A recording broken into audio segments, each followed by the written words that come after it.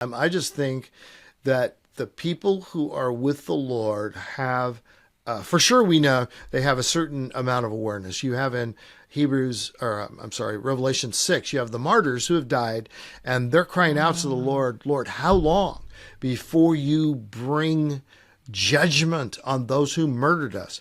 They remember that they were murdered on earth. So first you have memory of earth, which is really interesting because people say, well, I'm sure people in heaven can't remember anything about earth because they'd be depressed.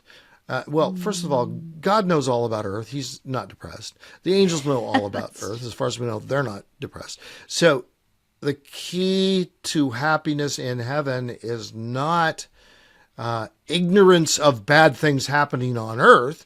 The key is perspective.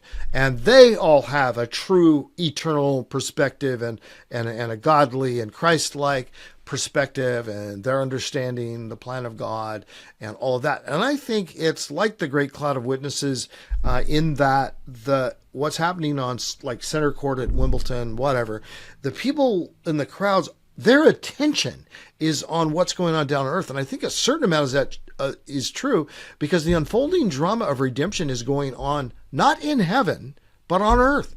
That's where the plan of redemption is unfolding.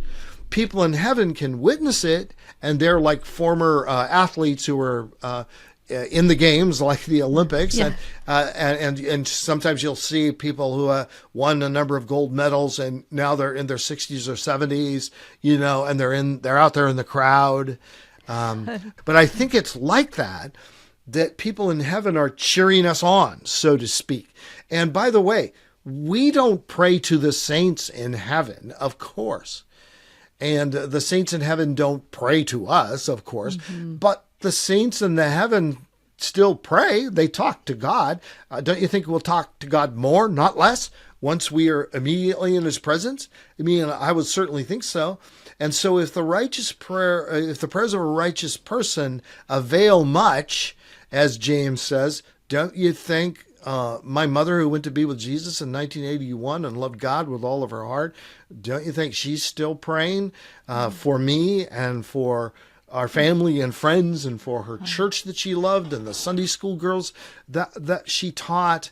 And I think there's that continuity. For instance, you see this when it says there is rejoicing in the presence of the angels over every sinner who repents. Jesus said that in Luke 15. All right. Wow. So what does that mean? It doesn't say the angels rejoice. It's an interesting wording. There's rejoicing in the presence of the angels. Not saying the angels are rejoicing, though they probably are too. But who lives in the presence of the angels? The people of God. So I think that's another indication that people they prayed for on earth and they see them come to faith in Christ and they get to rejoice from heaven and look forward to the reunion that's going to come.